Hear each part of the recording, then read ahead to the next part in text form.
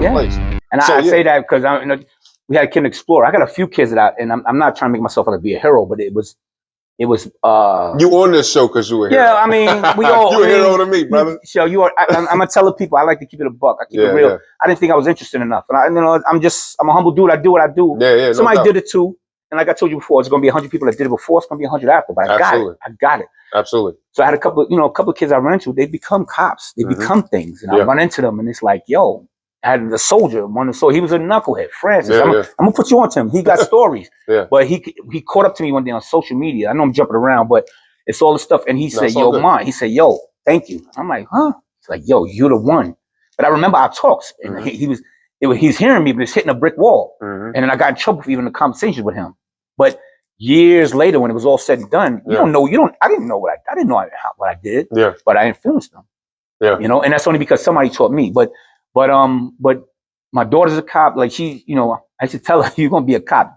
I'm cursing you jokingly, but she's doing it. But again, it's because you're passing it on. I give it to you. You do what you want with it. Because somebody gave it to me. Sure did. And I got to make sure I pass it on.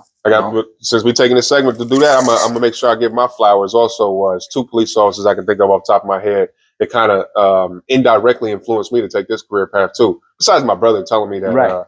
Because he was a cop before all of us, but he's the one that told us the police were regular people. But that's another funny story. But the first officer that actually showed me some respect was a dude. He was our school resource officer when I was in high school. And ironically, he was a white guy. His name's Officer Hal. You know what I'm saying? Right? Bro, and he used to always pull me in the office and he'd be like, yo, you smarter than these dudes you be running around with, man.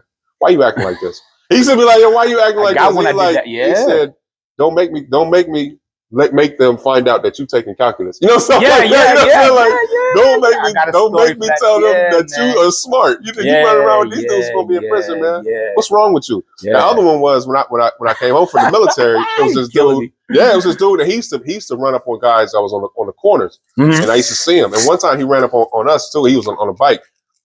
When we was just out there at the grocery store or the corner store. You know what I'm saying? And his name was Sergeant Bernard, and so when I came up from the military, I was a promoter, and I started doing like bringing in like artists and different people. Right. And because of the training that I had, like from the military and just in the civilian side, like I would be a promoter and I would double as security. Right. You know what I'm saying? So I would be watching a celebrity and all that. And then one time he took me home and we got to talking, and he was like, yo, why don't you become a cop? And I used to tell him, like, man, I can't go back to the neighborhood, man, if I was one of y'all. Right, he was like, you don't even live there anymore. But that's the same. I was like, dang, I know.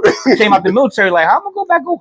And they told me my assignment. And he started hounding me about it, like, yo, you need to be over here. You need to be over here. Look, you paying me. You can be getting this too. Like, So, man, shout out to both of them dudes, for me anyway. I had a gang, just to piggyback off one of your stories, the first one, had a kid, Daquan, I call him out. He used to be running around with the crowd, and he would always be knuckles. So he always had a screw face. So I used to embarrass him. Come here.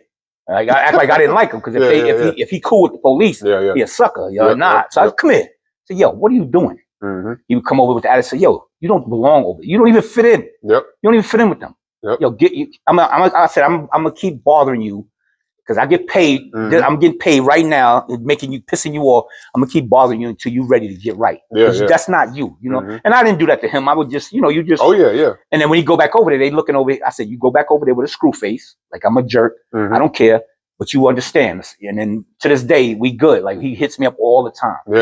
Yeah. So it's little moments, man. Because especially with Officer Hal, like my school resource officer, because he would do that definitely during the time. Like my brother got killed when I was in high school. My younger brother. Right.